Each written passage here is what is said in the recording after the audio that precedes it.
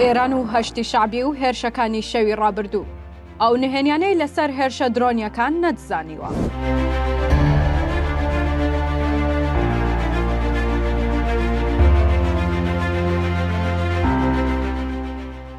درەنگانێکی شەوی ڕابردوو سێ درۆنی گروپە چەکدارە میلیشیا شیعەکان کێڵگەی غازی کۆرمۆریان بە ئامانج گرت. ئەمە ئەو دیوە بینراوە بوو کە هەمووان لە میدیاکانەوە ئاشکرا بینیمان. ئەو دیوە نەبینراوە چییە؟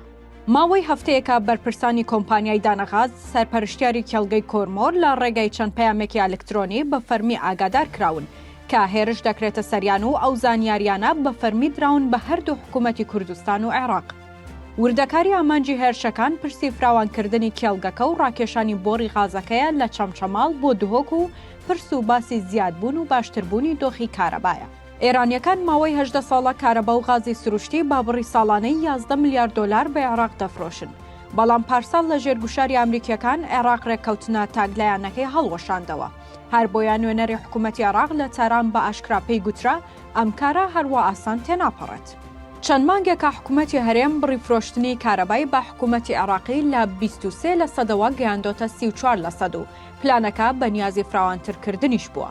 میدیای هەشتی شعبی لە درەنگانێکی شەوەوە تەنها ڕووماڵی بڕین و پشڕانی کارەبای کوردستان دەکات و بە ئاشکرا وەکو لێدان لە مۆڵگە و پێگەی تیرۆریستان ڕووماڵی ڕووداوەکان دەکات. لە ماوەی 2 ساڵی ڕابردوودا گروپی نۆجەبا و ئاسایبەکەی خەزعەلی 8 جار هێرشیان کردۆتە سەر کێڵگەکە و درۆنی ناڕێکخراویش تەنها لە دەستی ئەو دوو گروپەدایە و حکوومەتی عێراقیش بە ئاشکرا بێدەسەڵاتی خۆی لە کۆنتڕۆڵکردنیان دەربڕیوە. کۆمپانیای دانەغازی ئیماراتی پلانی وردی هەبووە تا بەهاری ساڵی داهاتوو ئاستی بەرهەمهێنان بگەێنێتە 1 میلیارد پێسێجای ڕۆژانە. ئەوەش بەمانەی دابینکردنی کارەبا و غازی ناوخۆ بە ڕێژەی 100% و واسێنان لە کڕینەوەی کارەبا و غازی ئێرانیەکان. پەیامی دووەم و نهێنی پشتی هێرشە گروپە میلیشیەکانی هاودەستی ئێران هاتنی گەورە بەرپرسانی حکوومەتی ئەمریکایە لەم هەفتەیەدا بۆکردنەوەی گەورەترین قونسوڵخانەی ئەمریکا لە ڕۆژهەڵاتی ناوەڕاست و هاتنی وەفتێکی ئەمریکیەکانە لە بواری وزەی دارایی.